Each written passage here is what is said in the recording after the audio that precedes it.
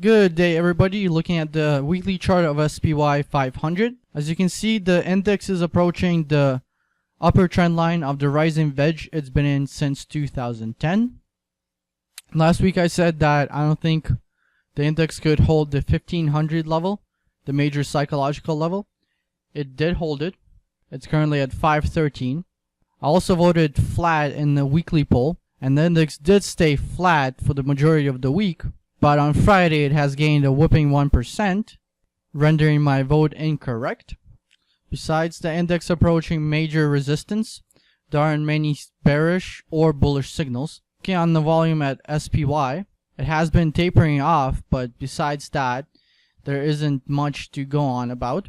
Russell's 2000 has been setting new highs ever since it broke this trend line. In fact, it set a new all-time high on Friday. But unlike SPY, it's showing more weakness. As you can see, it paused over here and had a major down day, the likes of which it did not have since past year. And on Friday, it also had a decent upper shadow. Wix has been gaining some ground till Thursday. And on Friday, it had a huge gap down and ended up whooping 10% down for the day. All in all, the inclination is slightly bearish just because the indices are overbought and Russell is showing slight weakness, but really there are no major buying or selling signals of this moment. Let's see if volume profiles can give us a better hint. Last week we had some selling over here on SPY. That area did not hold. It was broken by the bulls, but more sellers did come in this area. And I said earlier in the week in one of my threads that this is the area the bears need to hold, which they didn't, but there is still hope for them. Friday was somewhat odd, as you can see. There was no volume on in the lower ranges, but had a nice fat top.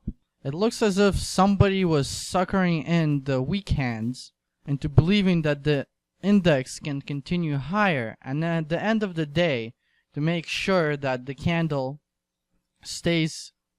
closes on the top, was feeding in some selling to get out of their position. If that theory is correct, then there should be some more upside before some retracing or a major downturn. All in all, you can see a lot of selling coming in as we getting closer and closer to that weekly trend line. This is a chart of IWM, the Russell 2000. You can see that in this area where IWM was pausing, the volume tends to be in the upper range of the day, indicating selling. On the day that it was down, buyers did come in on the lower ranges, and then the next day, on Thursday, buyers also prevented sellers from driving the price below this point of control and managed to hold the majority of the volume in this area, which is rather bullish. And Friday did not have as much of a topping candle as SPY did.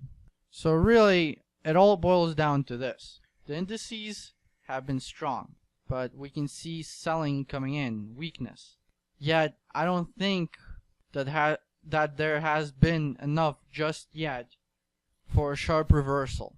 I have no idea where the next week will go, but I can tell you this. I will be waiting for a confirmation bear candle on the volume profiles.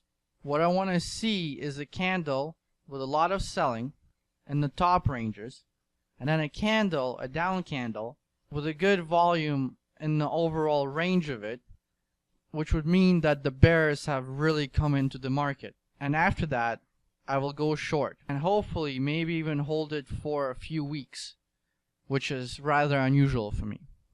But we'll see. I can't really predict the future. This wraps it up, and happy trading, guys.